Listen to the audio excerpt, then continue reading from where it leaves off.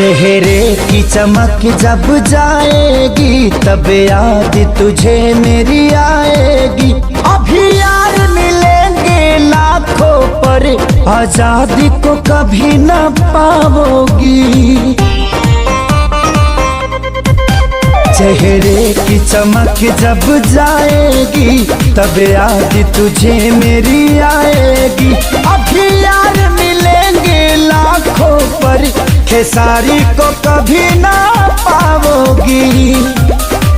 हाँ दुनिया में रहूं न रहूं तुझे बेवफा कहूँ कि कुछ यार कहूँ, कुछ यार कहूँ तुझे बेवफा कहूँ कि